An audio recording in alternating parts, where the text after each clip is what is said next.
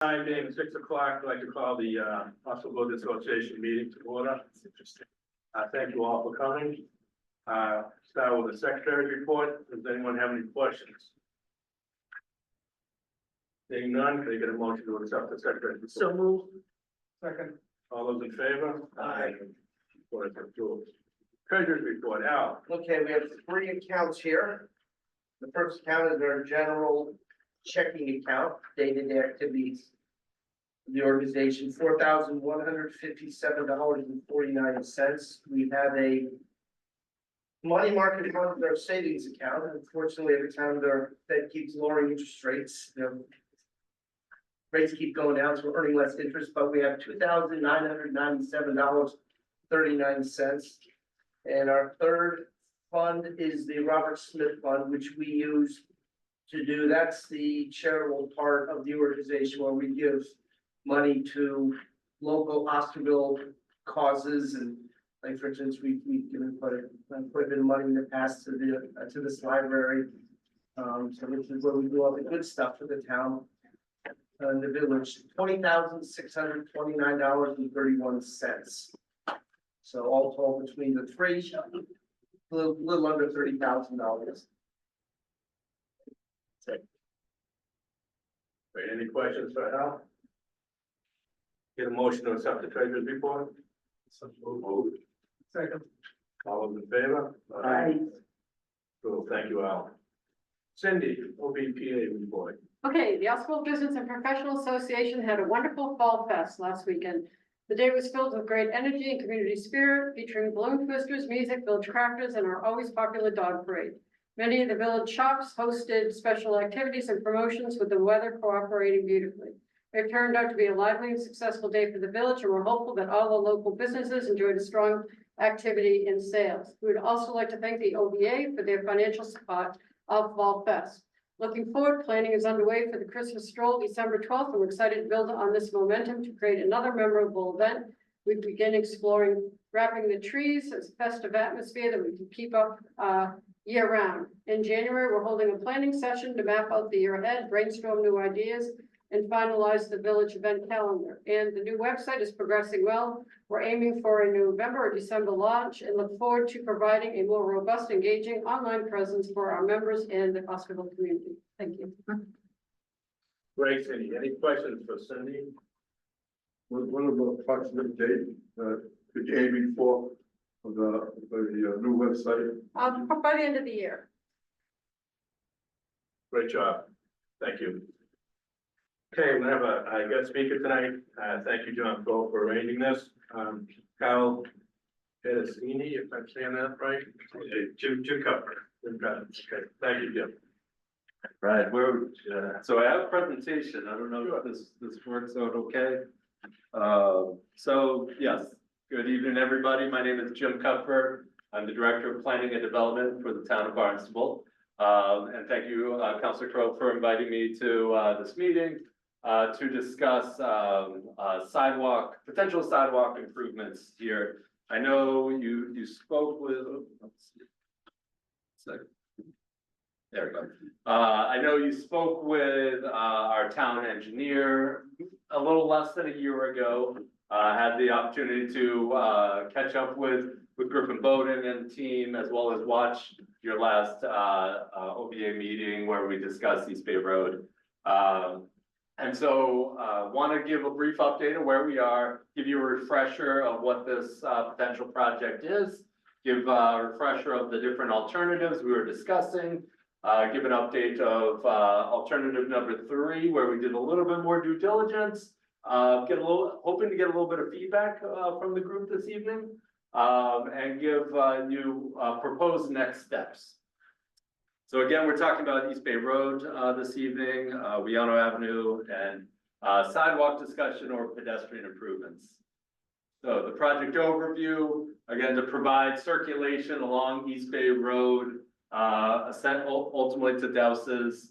And this was requested by our councilors and this association in order to improve pedestrian connectivity, pedestrian safety, accessibility, etc. So The existing sidewalk, obviously, when you come off Main Street, there is some section of sidewalk toward the East Bay that gives you kind of that indication to walk towards Dowses Beach in the general area. The proposal or the discussion has been pedestrian improvements along East Bay Road and that section of Leano Ave to make that loop essentially provide safe harbor for pedestrians trying to access essentially Dowses Beach general area. Alternatives evaluated. So again, at the last meeting, we had discussion of these three alternatives. One was, so 1 and 2 were sidewalks, one on one side of the road, one on the other side of the road. Alternative 3 was a one-way road and putting essentially bollards or something, some barrier in the middle to allow for pedestrians on one side and vehicles on the other side, vehicles only being able to go in one direction. So alternative number 1, essentially the south side of East Bay Road, and sidewalk along that way. This was a view that was provided at the last meeting.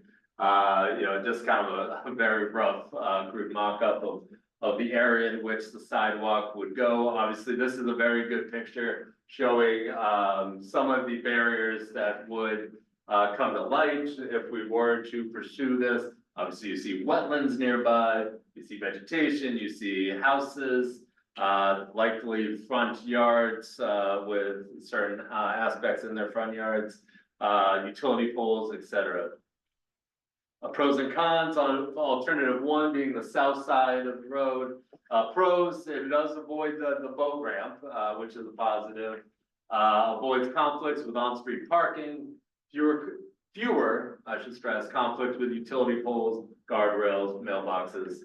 The cons here, as I mentioned, driveways, where we may be encroaching at times on public or private property, so easements would be required, and more conflicts with fences and especially trees.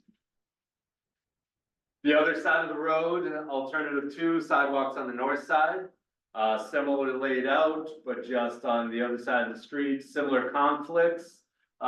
This side at least away from more of the private property, though there are some further down the road that we would potentially need easements from. But again, this would be highly permitted through conservation with the proximity to the water side. Alternative 2, sidewalks on the north side, fewer driveway crossings. So again, fewer, not none, but fewer driveway crossings. No easements anticipated at the moment, though as we do a little bit more due diligence, it appears there may be a few easements that may be required. Fewer conflicts with fences and trees and other aspects that may get in the distance with sidewalk. Could be proposed. Right now, we were looking at simple sidewalk of 5 feet in width to adhere to ADA compliance. Cons, crosses the boat ramp, so now we have more conflicts for pedestrians as they're crossing over public amenities. So the boat ramp, on-street parking, and we also have more conflicts with utility poles, guardrails, mailboxes. All of that means time, money, and administrative process. Alternative 3, as I mentioned, one-way conversion. So East Bay Road, essentially making a loop. So it'd be one way down with again, a crude image of bollards or something in the middle there. But it would just be one lane for pedestrian vehicles going one direction, and pedestrians on the other side of those bollards. So that would be for folks year round as well. Having that new traffic pattern. This has technically pros are minimal cost, with less costs than that of alternative 1 and 2. Obviously, there's less infrastructure being placed down. It would be faster to implement, though not immediate. Far less disruptive, and that's, I guess, subjective in my opinion. If you live there, I don't think you're gonna say it's less disruptive. Now having to go the one way, but nevertheless, cons, one-way road may be inconvenient, shared use lane, less protected than the curb sidewalk. Obviously, we would have that separation if we were to fully form that sidewalk and will need additional signage, so there is some small infrastructure improvements necessary. Those are the recaps of all the alternatives. I can give the OBA the full slide deck, so you have these to share. Next steps. So since the last meeting with the town engineer, the discussion revolved around those three alternatives. So these three here were discussed at the last meeting. At the last meeting, it was kind of leaning towards alternative 3, meaning that one-way loop. And so the town engineer confirmed that he would do further due diligence to see if there are other conflicts that we're not thinking about. So they surveyed the anticipated project limits. So we were able to do that with existing staff and resources. We further evaluated existing conditions and prepared draft potential alternatives. And then we did file a capital improvement plan request. So that is the town's plan for all capital improvements. We have a list of 66 projects that are reviewed, and this one was prioritized at number 30 of 66. And that again is the one-way conversion of East Bay Road. This is a snapshot of the capital improvement plan that the council gets and the departments get. This was cited there. As you'll see, I know it's a little print, but I gotta share it with you. So it was originally anticipated 75,000 to originally to begin this easy design or simple concept design with anticipated cost of a little over 300,000 to fully complete just alternative number 3. So again, this is a little bit more zoomed in. So it anticipates FY27, which is where we are, or where we are looking to for construction, FY26 design and permitting. We took a review of estimated costs of alternative 1 and 2. And we estimate a little over 2 million, 2.25 million to do the full stretch of sidewalk all along East Bay Road and a little bit over to Liano. Obviously the reason for a little bit of inflated costs are, well, there's many reasons right now. Materials are extremely expensive, but the sensitive area in which we are developing this sidewalk near a lot of natural resources certainly is going to drive the cost up. So, yes, sir. Is that 2 million for 5 million or 1.25 approximately for each? No, sir, that's 2.2 for alternative 1 or alternative 2. So it's just for one side of the road, either side that's only prioritized. Yeah. Now, I will say that's just at concept level, we've roughed out that cost. We'll have to dive into the details. So that compares with the 300,000. 300,000, that's correct, or a little bit more than 300,000, but yes.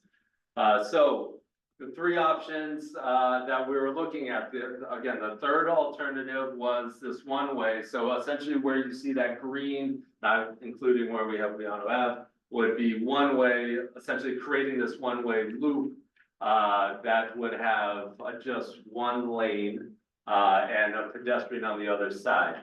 Now, when we did our due diligence and we looked a little bit further, we do see some conflicts with this. Again, the boat ramp and its angle for access is a concern. And the stacking and queuing for Dowson's Beach was raised as a concern. Not anything we can't overcome, but just things we identify and likely will have to amend or adjust out there in the field or at the locations in order to accommodate this one-way pedestrian activity if we were to pursue this further. I would say also that with the alternative 3 and pursuing it further, right now, as I mentioned, it's priority number 30 of 66, I believe is what it was. That would take stakeholders coming in and advocating for the project to move up in the priority.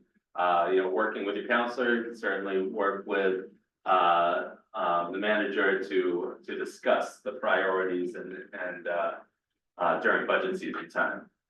Yes, sir. Is there any sidewalk from the Dowsers to Liano existing and is it appears from there it's not planned to go from Dowses to Wiano? So my understanding, there's no pedestrian access right now, other than the side of the street from Liano to It Dowses. seems to be very short-sighted. To do, I'm sorry. Not do that. Oh, yes, we are proposing to finish this loop here to get to Liano. Okay. Yes, yes, sir. But it doesn't show that there, is that right? Oh, that is Wiano. It's the one-way road. Yeah, sorry, I know it's kind I of. was thought that was Dowses, I'm sorry. I thought that was Dowses entrance, but that's Wiano. Yes, but you're absolutely right. If it would be short-sighted, and I think that's why we included, make that full loop. Yeah. Otherwise, it wouldn't make sense. Okay. I think when we talked about this at that meeting that you watched, we had talked about doing the pedestrian and the traffic the other way as well, so the traffic would be on the water side, on the bay side. And I'm wondering why, I mean, because this way you have to, 3 places, you have to cross, the pedestrian lane with vehicular traffic. And if you're trying to put a boat in, you have to cross that lane as well. So my question is, why wouldn't it work the other way? You mean, so you would come down and take a left onto East Bay and do the circular motion that way? Well, you'd come down Wiano, the one-way traffic would enter Wiano and be on the same side where everybody queues up I'm now. sorry, I know it's not. Yeah. You come down this way and then go this way, is what you're saying, back Yeah. up to Main Street? Yeah, but Right. the traffic's on the side of the water. Right, exactly, so you're driving Yes, this way. and correct. that way someone could, halt traffic to put their boat in without crossing the pedestrian thing. And then it occurs to me that most of that pedestrian traffic the density of housing on that side, the other side, is much more than on the water side. Does that make sense? Yes. So, all those driveways that go deep into there, all those kids walk out of there. I don't know, I just wondered if we could think about that. Absolutely, yes, and so, go ahead. So Jim, you said that the consensus at the last meeting was alternative 3. And I was at that meeting and I would just like to survey the board, but I don't remember that being the case at all. Yeah, I would clarify, I don't know, I wouldn't say I didn't hear consensus, I would say that was the preferred of the 3 to further do due diligence. That was the language that our town engineer said, is I've heard comments about alternative 3 as not a deal breaker, let's go and continue further due diligence on that. And so that's what they have done over the past few months, to look at different options. We'll say, as you're driving this way, I know there was concerns of queuing of Dowson's Beach and continued access around if we are going in that direction. That was one of the concerns we've raised. Again, just something that we need to think through a little bit further before to pursue that. So Yes. couldn't you just move the gatehouse down to that little circle of land there and then cars could queue up there? Exactly. Off East Bay? So these are the next steps that we would have to do. So it's not necessarily just, okay, let's go ahead and put bollards down the center of the road. Now it's like, okay, well, now we gotta move this gate to here, and what other conflicts is that gonna create, So these are the things we're continually going to have to think through. And again, for this one here, if we're going this way, I believe the boat ramp angles in the opposite direction as well. So that would be something we might have to do further improvements on if we were to pursue this one. And then also, if the gatehouse is back, how far back do we need to go in order, I don't know what the average stacking is at peak times.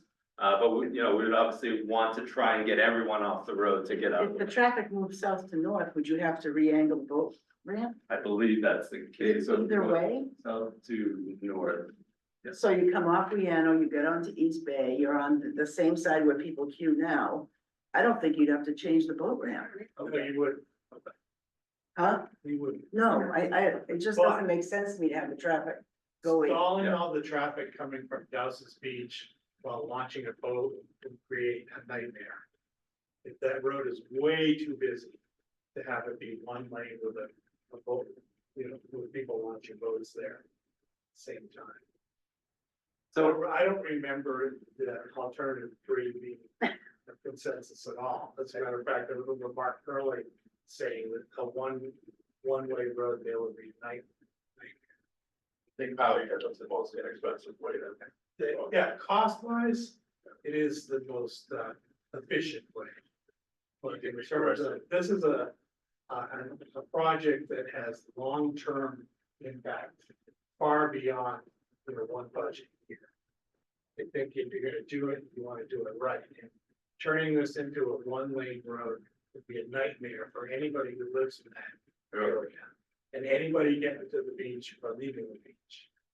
yeah, so We appreciate you taking a look at it, which is what was suggested at the last meeting, but I don't think that there's a general opinion that this is the best way to go. I'd rather see traffic calming and keep the two-way, would make much more sense, and I don't think you can do sidewalks. With all the permitting you'd have to do and the easements that would have to be granted, why don't we just calm the traffic on East Bay so people feel safe to walk?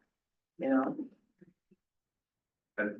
so I think that's a very valid point, and where we came down after further due diligence is we were a little bit concerned of the one-way as well. Yeah. Given all the different circumstances, and, in talking with the town engineer, they were investigating further, looking at the different sidewalks a little further. Now, there are a lot of conflicts with that. I mean, especially on the side away from the water. Yeah, A lot of mature trees, a lot of stone walls, et cetera, et cetera. I believe that's the side with the utility poles, which obviously is going to make time, before we get to build anything. So we can continue to look, at the different alternatives if OBA would like. But yeah, right now, I don't think the town has a priority, but interested in your guys', perspective, certainly. Jim, not knowing, are there requirements for width of sidewalks? They have to be 5 feet wide, or they do? Yeah, don't hold me to 5 feet, but there is a certain width for ADA compliance that is the minimum standard, so we certainly need to adhere to our ADA compliance standards, which is in the realm of 5 feet typically. And then for each area where you're going by driveways or you're crossing over a road or what have you, we have to have ADA compliant curb ramps as well. These are all the things that bring up the cost pretty quickly. Just a question, like a lot of these people have cobblestone aprons, you have to take those up to put the asphalt. Yeah, so typically when I've done projects like this, yes, we work with each one of the homeowners to look at what's there and replace in kind. Obviously that would be up to DPW to discuss that with each one of the property owners. Could they fight you on that as far as? Yeah, I mean, I'm sure there will be a very lively discussion. well, what if we thought that there's an alternative 4, which is to calm traffic with a bunch of speed bumps? I know they cost $80,000 each, but alternative 5 is to leave it as is. Is there any communication with any of the landlord, the owners of it? It would seem to me as I imagine that almost 100% would be very unhappy. Yeah. Especially middle of the road, and all of a sudden you learn that no longer can you go your driveway and go left, which is the closest way to the village. Or whatever the remember, and the direction was coming down from the north. I'd have to go all the way up to the cross street, come all the way back to my house. I can't imagine that almost 100% of the residents will be unhappy with this. Is there any communication that way with the homeowners or? Yeah, there's some initial conversation with some of the homeowners through DPW. And I would say that you characterized it pretty close. A great idea, Cindy, would be on the new website to get this deck and put it up and just ask for comments. Yeah. Let's see how that goes, because I'll bet there would be some very interesting ones. Is there a history of injury? Yeah. Is there a history of injury or trouble on East Bay? I mean, I know that people go too fast. They go too fast right in front of the library and they blow through stop signs, but I mean, are we doing this because there's a history of, you know, Well, incidents? A lot has changed. I mean, Pete and Mark and I, when we were growing up here as kids, you know, you used to be able to ride your bike on the sidewalk all the way from Main Street right to Dawson Beach. And then over the years, you know, people have kind of encroached on that with driveways, and then the trees have obviously gotten bigger, and there is a sidewalk under there. But, and you can stumble across it here and there. A sidewalk under where, Bruce? It's good. Where's East Bay Road? East Bay Road? Yeah, there's. Where's that? It's on the, not the beach side, but the other side, yeah. There are traces of sidewalk there. So the reality is that, you know, some people may have, you know, accidentally built on town land. Accidentally on purpose. And, in other places, the town would have to ask, you know, for an easement. So it is definitely complicated, but it's a pre-existing condition that there was a sidewalk there, so basically you could say that all we're trying to do is reestablish what was already there. That's a totally different approach than treating this as a new project. You know, the one-way thing, I can, you know, do you think that people in Osterville are set in their ways? Imagine telling somebody who's driven out of their driveway any way they want for the last 60 years, no, you can't do that anymore. You know, that's not gonna work. So I really think that, you know, maybe the focus should be on, you know, trying to rediscover what was there, which you can do in certain places. It's pretty treacherous to walk in those places, and, you know, try to look at it as saving as many trees as you possibly could. And being reasonable with neighbors and saying, hey, you know, there was a sidewalk here, so. Yeah, you know, I'm sorry that you built your stone wall on top of it, but, you know, it is what it is, and, you know. It won't win any popularity contests, but that's the way it was. Pete, you must remember I that. do. Have you gone back like to old records and looked that up as Yeah, well? we can definitely do that. I don't know if the town engineer has, but we certainly can. I would love to take a walk with you and we could take a look at that. That'd be very interesting to see. But there should be some history of that, like in the town of Austin. Yeah, we have pretty good aerial records, so we can take a look to see if there's any clarity there. Absolutely. People used to be able to walk to East Bay Lodge. Yeah. Yeah, That's right. Cindy, you must remember that. Yeah, so, I mean, my brother was I mentioning. think that's a we're not asking, you know, for something brand new. We're just asking to reestablish. Bruce, did that run the whole length of East Bay or I'm just? not sure if it went all the way down to the beach, but, I Straight remember to East Bay Road, at least, Road. and then after East Bay on that When you get part to the there. curve, it stopped, Yeah. or went to the other side. But it wasn't, you know, a 5-foot thing right there. It was like something you could barely fit your bike to. Yeah, Crazy, yeah. You probably couldn't. But it was all we needed at that, Yeah. you know, now we have ADA, requirements, so we have to be. But, you know, I think that might be a different approach to suggest, to say, hey, let's look at this as if it was already there once, because it was. And that might ease some of the conflicts with property. But, right, doubt it. I doubt it too, but. Yeah. Oh, Jim, what was what is the existing easement that comes off from the center line of the road, You mean the roadway? right of way? Yeah. that we have as a town? Yep. I don't know if it shows on the original maps here. Yeah, you can kind of make it out or not. Let's see. Isn't it like 20 feet on each side of Yeah, it's approximate. So, and we don't have a lot on, sorry, it's got that's fine. a lot. Fine, Jim. But yeah, so it's not going too far into the properties. This is an estimate. We actually have the survey now, so we could share that with you guys. That the DPW has completed after recently meeting it. So we don't have a ton into the yards, but it varies quite dramatically as you go up and down East Bay. But we can take a close look at it and share with everyone.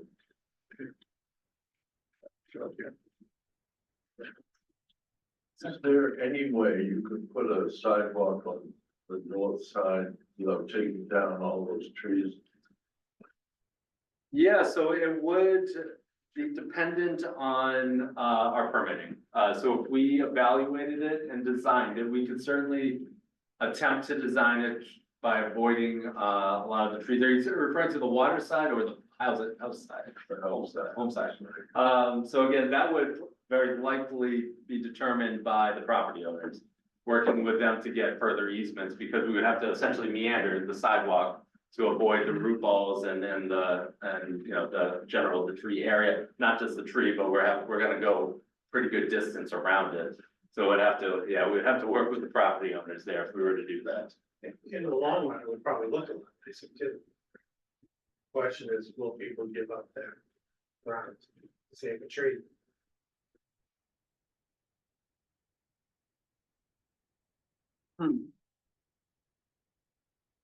Just wanted to clarify that the ADA standard is minimum 4 feet for a sidewalk. Also, I saw someone with the hand raised. I don't know if you want to go to Zoom, make sure. Saw someone raise their hand. I don't know how we get there. Just stop. I think you can stop the share. No, just ask them to speak. Yeah, it's Heather, if you can hear me.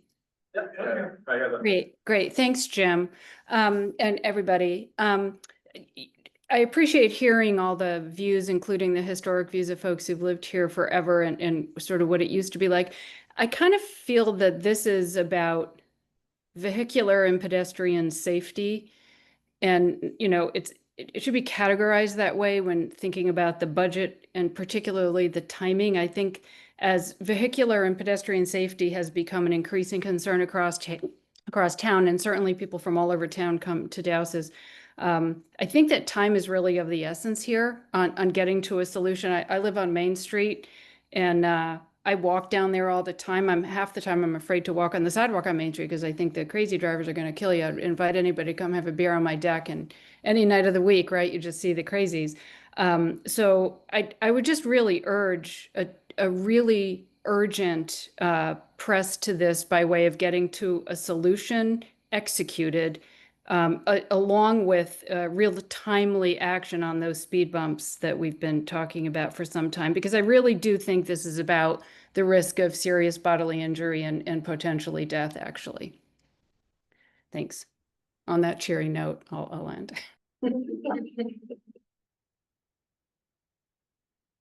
We do have a brief update on those speed bump or the speed humps on Main Street. To talk to the town engineer. You guys may have already been aware, but the contract has been executed for that. But avoiding the summer season, I believe it's likely the fall for installation, but Griffin can provide you with. Next year. Yes, that's right.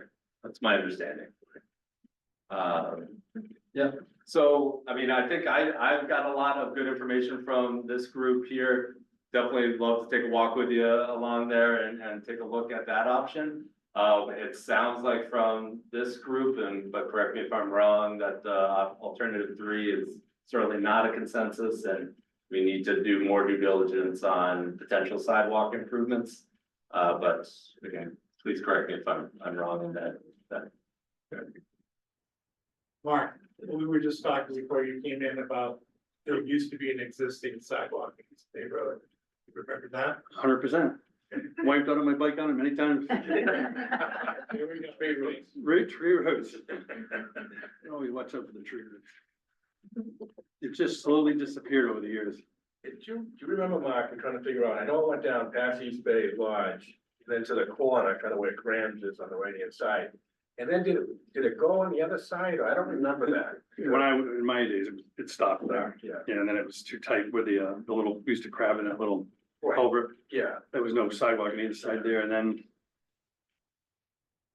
it was kind of like a rough one on the opposite side going into the beach, Yeah, but you kind of made it, it was just dirt, something like that. I like how you said in my day.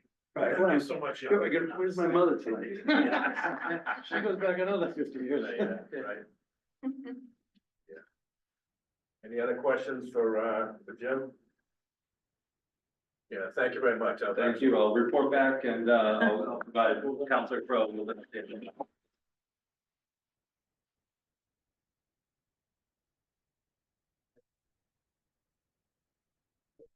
Okay, thanks again. Next is John Crowe, Town Council's report. Just got a couple of things that are coming up, this Thursday night's meeting. First is the stretch code, which is basically a way to, it's something that we can adopt as a town that other towns have already adopted. And so it's a code, a building code that makes, homes more efficient. And also requires them to be wired for solar and, probably going to be heat pumps at some point. That, to me, it's actually gonna fairly be expensive. I heard a number of letters to the council from, builders that are talking about the expense and mainly, I see it as, there is some benefits to doing so by grants from the state, of course. But it's the down the road that once you're hooked in, I think it really concerns me. Is that, from encouraging or making builders put all these things in, at some point, they're gonna require all homeowners to replace their heating systems with a heat pump type things. And, from what I understand about heat pumps, I had them down south.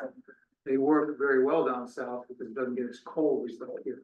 Once you're under a certain temperature, they sort of, from what I understand of the technology now, they're not, they don't work under certain conditions when it's under, say, 25 degrees or something. So that's a problem. But it's sort of a way for the state to sort of mandate these things going forward, and I'm concerned about the hazard going forward. Some towns have gotten into it and then also backed out of it. And yeah, quite a few, and because the cost is prohibitive. And like I said, once you go down this road, then they're going to be able to say, oh, well, you're not gonna have oil heat anymore, you're not gonna have gas, heat appliances. And I think, to tell you the truth, it'll probably raise the cost of homeownership significantly here. John, I suggest you look at the town looks at the UK, which applies that rules, Yeah, called it net zero. And zero, they try to mandate yeah, insulation, and heat pumps. Yeah. And doing away with the carbon fuels. Yeah. And they're now trying to pull away from it because it's so expensive, and the electricity rates have just gone like quadrupled or more. And the heat pump on electricity, not natural gas. yeah. Well, I understand that, I've seen that too, and so that's a big point. There are a number of counselors who believe that it's like wind power, anything you do is gonna help in the long run, but a lot of these things are, the benefits are minuscule versus the cost. And I think that's something that's, I'm gonna keep an open mind, but I'm pretty sure that that's gonna be something that we should probably avoid. Like to play, but we'll see. The other thing that's coming up is the first reading on new counselor committee on zoning.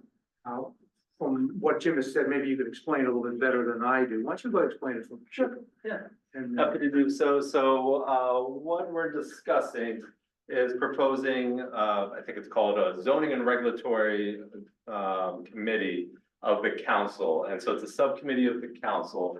And the intent here, we certainly have further discussion with the council, but the intent here is to create this subcommittee of the council for any zoning amendment that is being brought forward for consideration, to have early input from the council and have early input from the public. So we have a whole host of zoning amendments that are being discussed. There was a recent ad hoc subcommittee that put together a really good report. Councilor Crowe was on it. Really good report with initial zoning amendments for discussion and consideration. Many of those priorities have moved forward. And then there's a number that are recommended for review and discussion, but have a number of kind of questions, I would say, or not specific required amendment changes, but general topics such as short-term rentals or recreational marijuana. A lot of these, hot button topics that the public wants to participate, at least from what I've heard, what I hear in the public, they want to participate early on. So this gives a venue for that. if, say, if the council wants to consider recreational marijuana, we then, staffed by likely someone like myself, would come to the committee, it'd be a public session, and we would say the topic for tonight is gonna be recreational marijuana. The town is looking to consider this. We want to, we'll be able to provide the committee with, say, best practices or model bylaws. And then, the public can weigh in and provide their input. And all of this can be, used to draft an initial, suggested amendment that then goes to the council for the typical process of first read, and then goes to the planning board for a public hearing. Right now, we don't have that venue. So, if something is requested for an amendment change, and, there's someone who's very adamant that something has to get changed, typically what happens is it's a priority and it's directed to staff to begin to write something, a zoning amendment. Then it goes to to town council for a first read, where the town council, we don't typically really have a conversation during a first read. It's more or less, okay, let's move it to the planning board under master law. That's the next step. And then at the planning board, and only then, can the public weigh in. So the public weighs in after it's already been noticed of a public hearing in the paper. A lot of people tend to say, well, this is the first I'm hearing of this. And it is, because that's really the first public opportunity to have that discussion. And then if, a lot of the public comes out and is concerned of the issue, and we say, you know what, we need to pull this back and reconsider it. It still has to go to the town council for the second read, noticed on an agenda, published in the paper. That's all time, money, and concerns of general public who may be impacted by this. And then the council has to act on it, and that act could just be, we're withdrawing it. But nevertheless, it's gone through that whole process, and only to find out that, the public has concerns and we really need to think somewhat differently, on this. So this, subcommittee is being proposed by myself, to, kind of shed some light early in on the process and provide a little bit of public, opportunities to discuss. So that's for town council's consideration. Happy to adjust it accordingly to if the council will like, but I think it's a needed opportunity for early public engagement. Actually, this was sort of what we had a little over 2.5 years ago, before I became council. We had a zoning subcommittee, and it was mainly filled by council.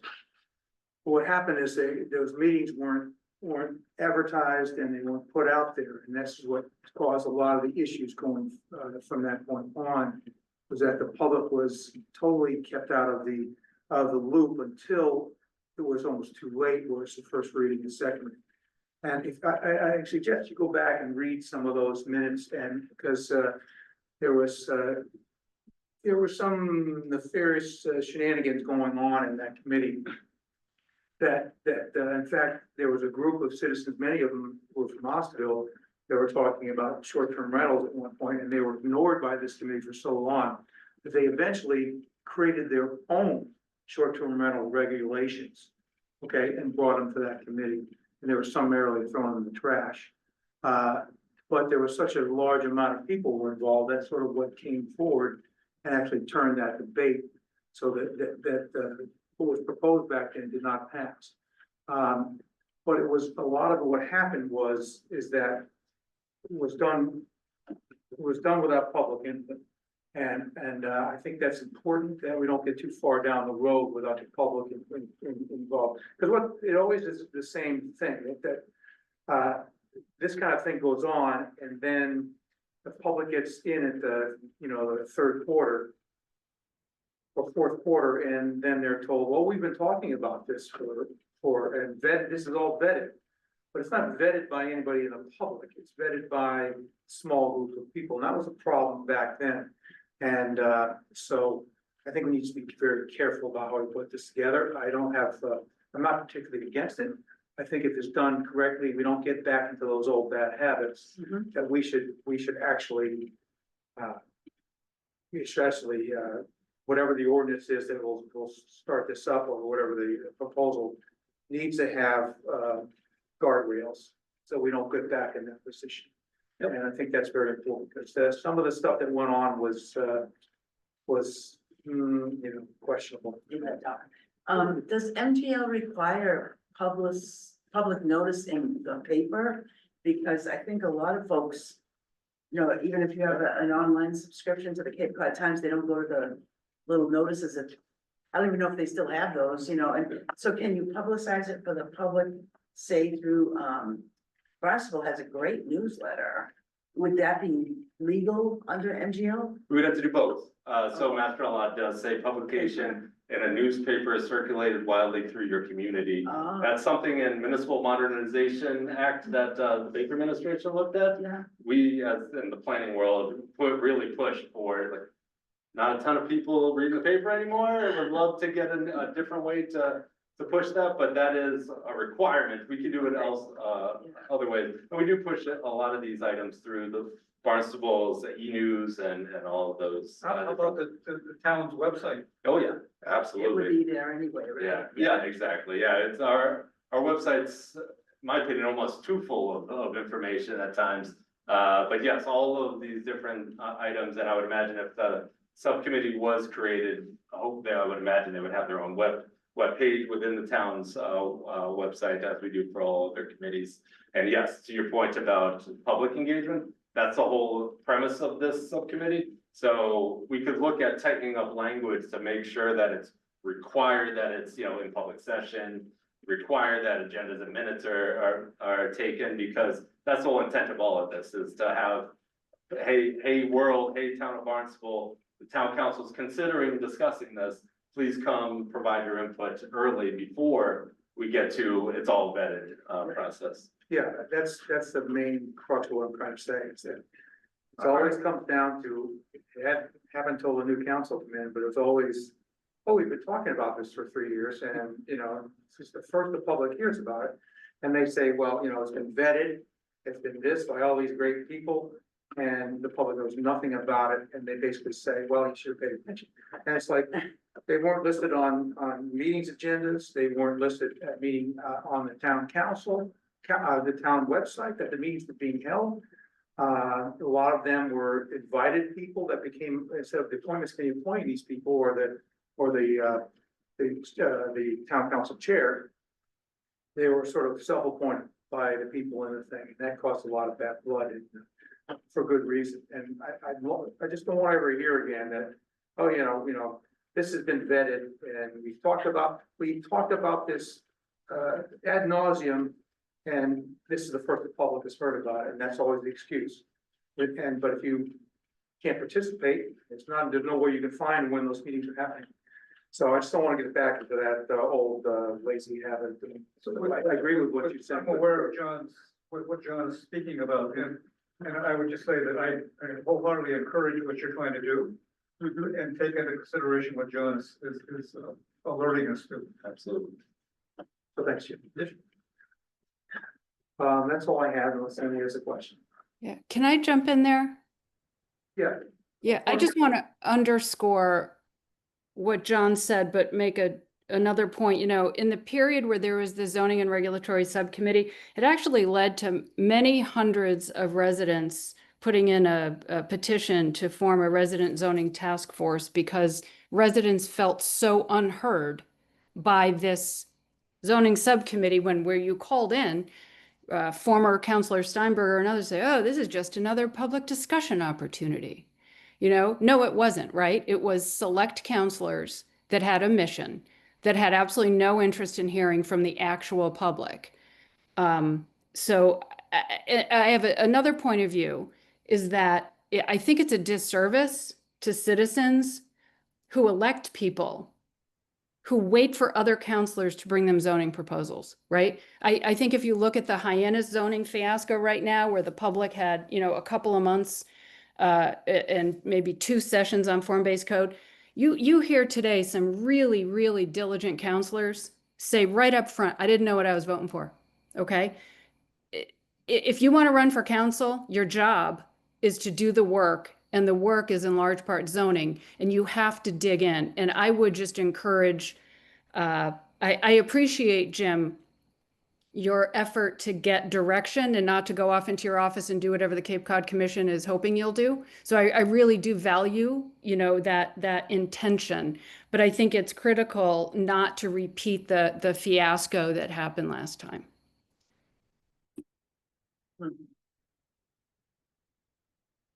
Thank you, Heather. Anyone else for John? Questions? I just second what Heather said, with the important words.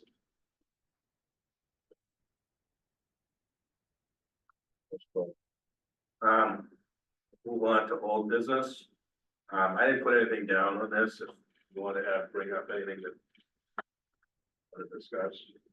Could I just say, so this is a critical week in the, situation with offshore wind and cable landings here in Barnstable. A group filed a lawsuit in federal court, against New England Wind 1 and 2. Those are the ones planning to land at Craigville and Dowses. And, in the process, the Bureau of Ocean Energy Management came forward to the court and requested, in consultation with the plaintiffs, that a remand of the whole issue go back to the agency because they intend to revoke the construction and operations, construction construction operations permit, the COP, for both of those projects. And the date they gave was October 10th. So this is a week when my group and I are kind of on pins and needles, waiting for the news to come down that the Trump administration is revoking the construction operations permits. I tell people all the time, there's three kinds of wind projects: the ones that bought a lease but haven't done anything else, the ones like New England Wind 1 and 2 that have some level of permitting. The New England Wind 1 is fully permitted. New England Wind 2 is not permitted at all with the state, but it is with the feds. And the third type is like Vineyard Wind. They've already started construction. They're running electricity already through Cobbles Beach. And those are the ones that would be the hardest to stop. Ones like New England Wind 1 and 2, we are hoping that the revocation of their construction operations permit means that they will not build. Now, of course, that's a personal opinion. It's shared by a great many people in Barnstable, as I've discovered over the last 3 years. And it's grown from, we don't want this to run through our neighborhoods, to, we think the whole thing's a boondoggle. It's just not gonna work. It's like the heat pump issue. This is not dispatchable energy that you need in the Northeast. We need good energy that is reliable and not intermittent in the Northeast. And that has to get through people's heads. So we're really hoping the governor takes a new look at small modular reactors, for example. They'd have to repeal a bill from 1982 that made it illegal to build anything nuclear in Massachusetts. But I just want to share that with everyone, so keep your ear to the ground. My group, Save Greater Dowses Beach, has launched a project to monitor the EMF being emitted from the Vineyard Wind cables, and we're discovering that we're not worried about EMF on the beach as we once were at all. The EMF, though, rises exponentially in the parking lot and along the 5.3 miles of duck bank that go from Cobbles Beach to Independence Drive. And ambient readings in this room right now would be 1 to 2 milligauss. That's kind of standard, maybe up to 1.5 or 2, something like that. And we're getting readings over 200 in residential neighborhoods. And this is this is extra high voltage power that's being run through our neighborhoods. And we're gonna scream about this to the high heavens because we don't think it's right. If you buy a home next to extra high voltage, well, that's a decision you make. It's not a decision to have your entire neighborhood drenched with extra high voltage and the EMF that comes from it. So anyway, that's my update, and I'm gonna cross my fingers. You don't have to join me. Depends on how you feel about all this. But I'm hoping that the government prevails on this. Can you send us a message to the OVA to let us know how it came out? It'll be all over the news, but I'll be happy to share. Pete's on top of everything too. So it was funny. Senator Sear was on the radio Sunday morning, My friend Pete always, are you listening? But, Sear said that he hopes to see Craigville Beach landings, begin construction within the next year or two. And then he said there is a great deal of doubt that Dowses Beach would ever be used. And, the Martha's Vineyard, is it the Gazette or the Times? I forget what they call themselves. They have a big paper over there. They had a really good synopsis about the status of all these different projects off of, New England, really. And, they said that, New England Wind 1 will start in the fall of 26 and land in Barnstable. New England Wind 2 has no landing place. So I think all of our agitation has really had an impact on their plans. We told them they'd run into a buzzsaw when it came to our Dowses Beach, and that's exactly what we've provided. So, it's kind of good news. I'm just not, I just won't rest till they say it's over. Could you repeat about the New England Wind 1, I guess? New England Wind 1, they said this article in the Martha's Vineyard Gazette, I think, said that New England Wind 1 hopes to begin construction in the fall of 26, and that's what they told the town. That they want to start construction next fall, and that they're landing in Barnstable, so they are pursuing that. But what this article said was they don't have a landing place for New England Wind 2. And those are the 3 cables, not 2, 3 cables they wanted to put into Dowses. So we have very, very good arguments about why that would be entirely inappropriate and, bad for the environment, the people who live here and so forth. Why you get low readings in the parking lot, but not on the road? Oh, no, we're getting very high. We're like over near the vaults. Pete's done this too. We assign people every week. And over the vaults, we'll get 189, 89 some weeks. It depends on how many turbines are spinning. So I have a spy on Nantucket who tells me how many turbines are spinning every weekend. And we have also a fellow who has a telescope and can see from his yard Vineyard Wind and can tell us how many turbines are spinning. And so like right now, in fact, Tyler McAllister, he's a fisherman. He went out there yesterday and he reported back to me, he said 16 turbines spinning. Now they plan to have 62.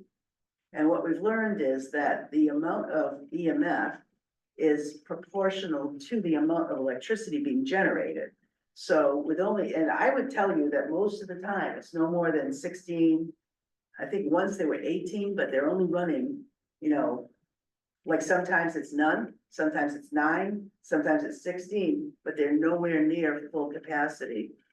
So if you hear the opposite coming out of Beacon Hill, they're wrong. They've never run more than 20 turbines. So. That was my question, does the EMF go up with more Yes. productivity? My Definitely, yeah. second question, I don't know if you know the answer yet, or it must be because it's permitted, but New England Wind 1 is going which direction when it comes out of Craigville? So it's going, what they want to do is go straight up Craigville Beach Road, tunnel under the Centerville River, cross Main Street, and then go right through the old village center, right past the 1856 store, all the way to 28. And what they told us last year, and this was a real shocker, they plan to remove all those trees all the way to 28. I know COM is really pushing them on the thermal effect.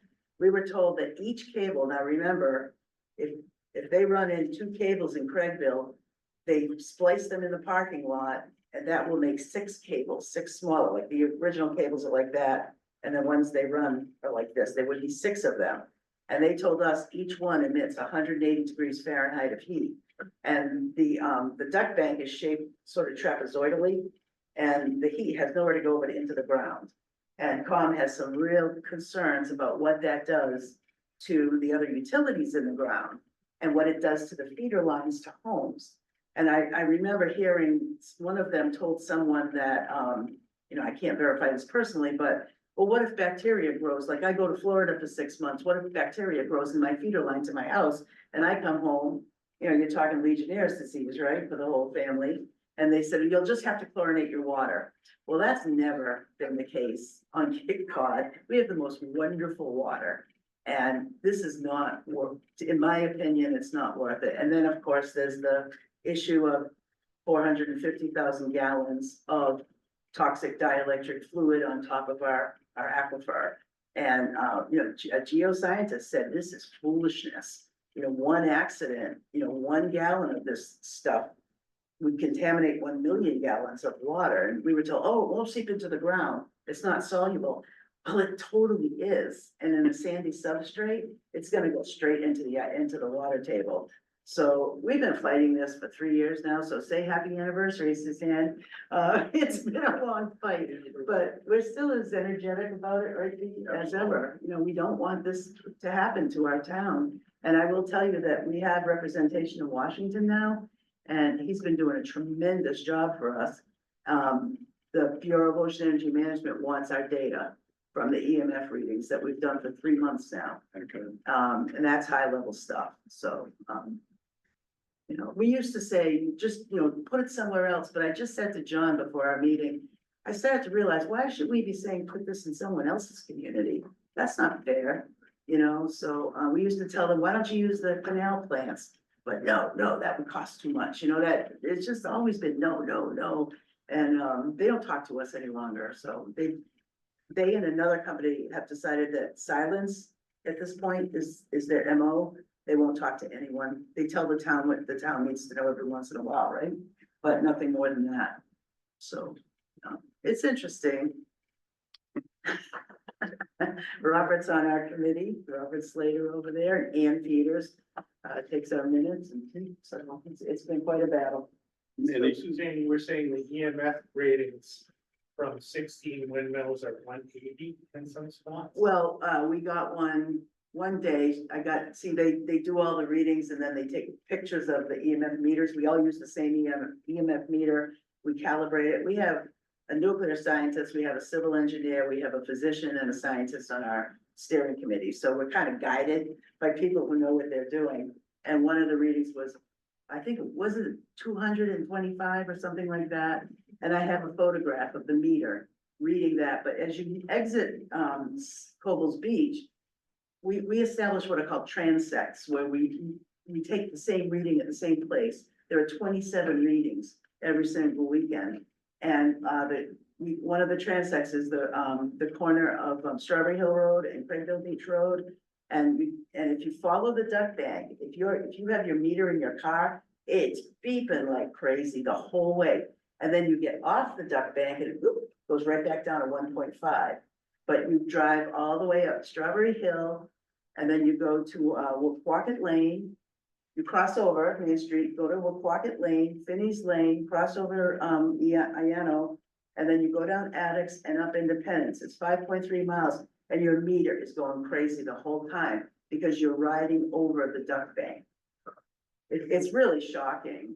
And so you're saying when the rest of the windmills, you know, came online, it could be 4 times Yes. that. Yeah, they told us 2 things about EMF. The first thing they said was, it'll be undetectable.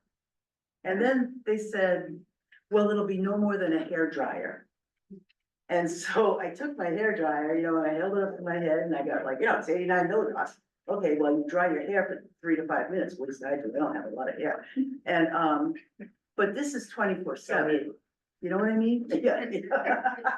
This is 24/7 EMF in these neighborhoods. And when you do the readings and we drive the length of the duck bank, and you see little kids riding their bikes or people out there with gardening, and it's like they don't even know, you know, and it's way too high.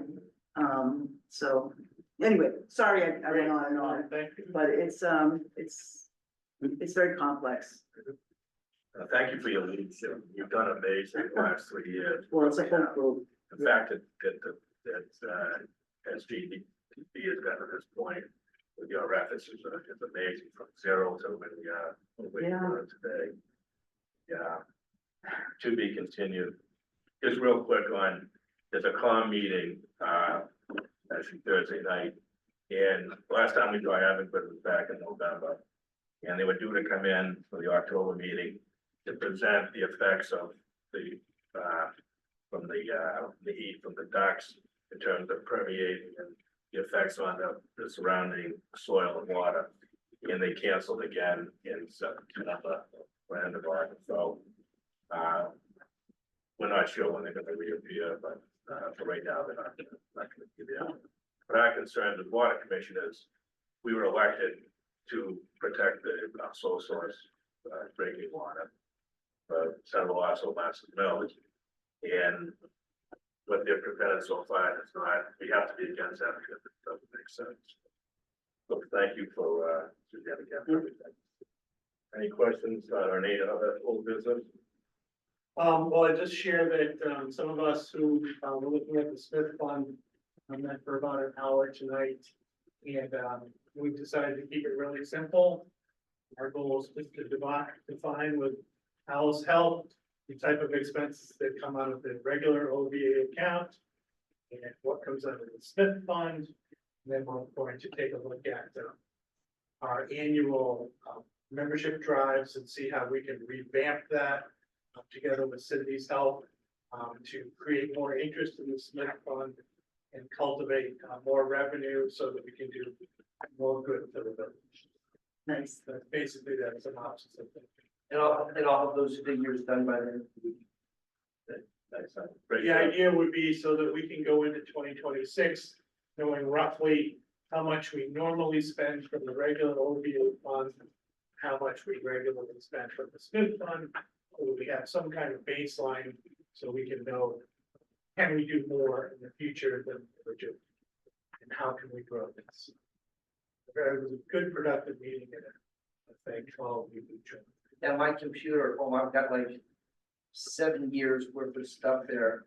I would have more than that, but my other computer fried and destroyed a bunch of records. Mike might have them somewhere, but I can get a lot of stuff for you. That'd be great. I want to emphasize, however, that which they told at the meeting, I paid good attention to over the last 20 years and so, and basically, Smith Fund has been, until 3 years ago, it's been 100% to the 3 nonprofits, 100%.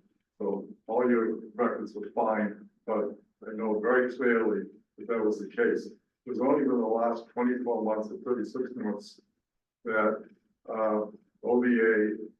OVPA asked if the funds could come relative to such things as the sprawl and other things that we aid giving money to, that could come from the Smith Fund.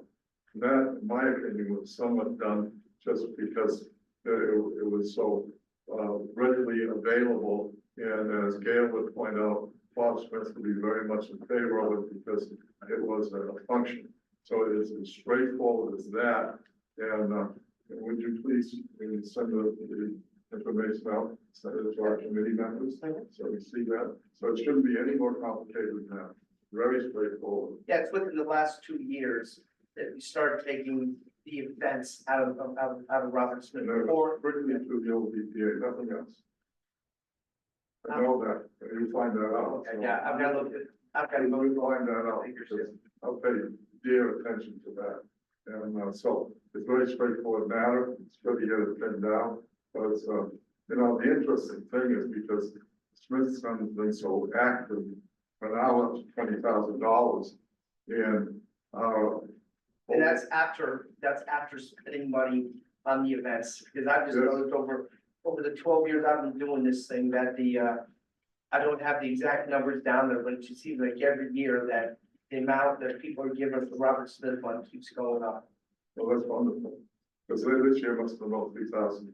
Well, it wasn't that much, because I think we were at 17,000 or less, and it's gone up to 20. 20,629. Yeah, but what was it 5 months ago? Only about 17? Offhand, I don't know, but so far, since June 1st, almost $6,000. Yeah, that's been classic. Thank you. It's been very classic, as I know, because when we were active, we gave 2, 2, and 2, which is 6. We did that year after year until it became silent. And one of the reasons it became silent, which I learned today at the committee meeting that had lost being understood, is that the Robert Smith Fund waited for each of the entities to ask for money and to propose a project. And meanwhile, we heard tonight that, it's somewhat the opposite, that we had not given money in X years. But that was the rule all the time, ask and we shall give, and but not we give. And so again, it's good that we have it on the table, so people understand where it was, and it is a wonderful opportunity. And Cindy came up with a good number of ideas, but I as others, so we're on a good path. Right, we just want to be one product. Yes. Thank you, Bill, and thank you, Bruce, for putting this together for that meeting. Absolutely.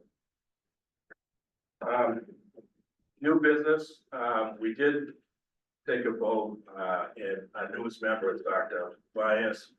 He texted me, he was gonna be at the meeting earlier, he texted me right before the meeting.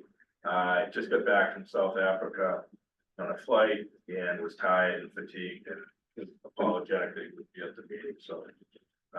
Can welcome him when he comes next month. Move on to public comment. Anyone? Okay, get a motion to adjourn. So Second. All those